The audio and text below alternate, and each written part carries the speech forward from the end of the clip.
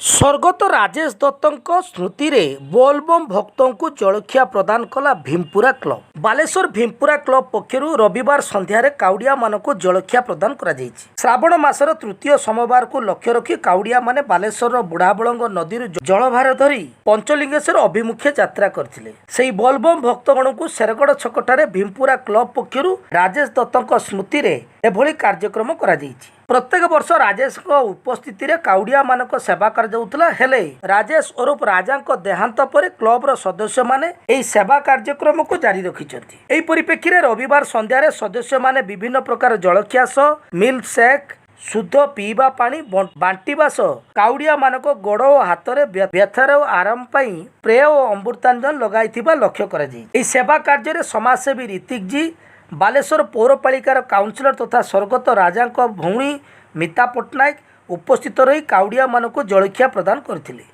अभिजीत राउत, दीप्तिकांत विश्वाल, विक्रम विश्वाल, राजेश दत्त, राकेश दत्त, सूर्यकांत पंडा, त्रिविक्रम पंडा, विक्रम पंडा, संग्राम विश्वाल, सेवाग, जयकृष्ण साहू, सूर्यकांत राउत, चंद्रकांत राउत, सिद्धार्थ राउत, अभिषेक राउत, जितेंद्र पलेई, स्मारक दास समेत भीमपुरा क्लबर सभ्य और राजा परिवार वर्ग उपस्थित रही काउडिया मानक सेवा कार्य निजक नियोजित करथिले। एटा होछु हर हर महादेव भीमपुरा टीम तरफ ए प्रोग्रामटा करा होछु। प्रति श्रावण मासरे काउडिया मानक पई करा जाउछि। मोर भाई राजा पई राजा प्रथम ये आरंभ करथिला, सी आज नाही, सी स्वर्गर थाई देखुथुबो तापाई आमे आज प्रोग्रामटा करिछु। ये श्रावण मास प्रति थर आमे एमती करिवु।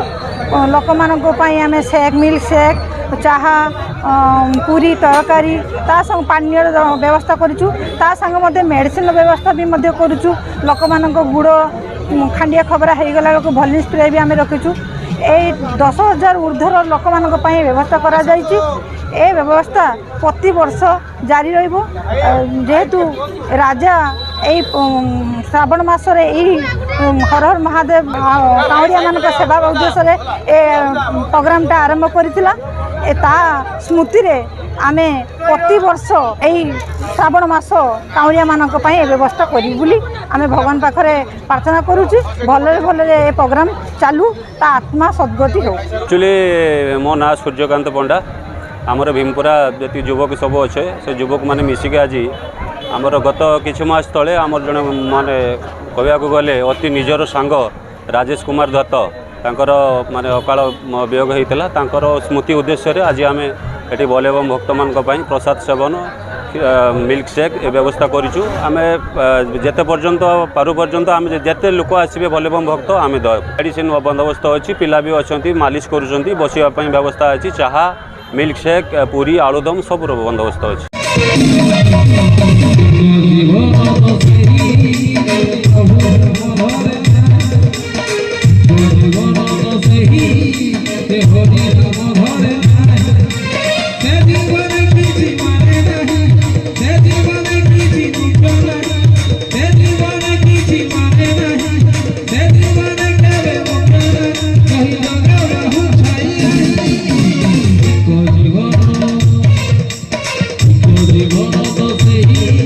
Yeah.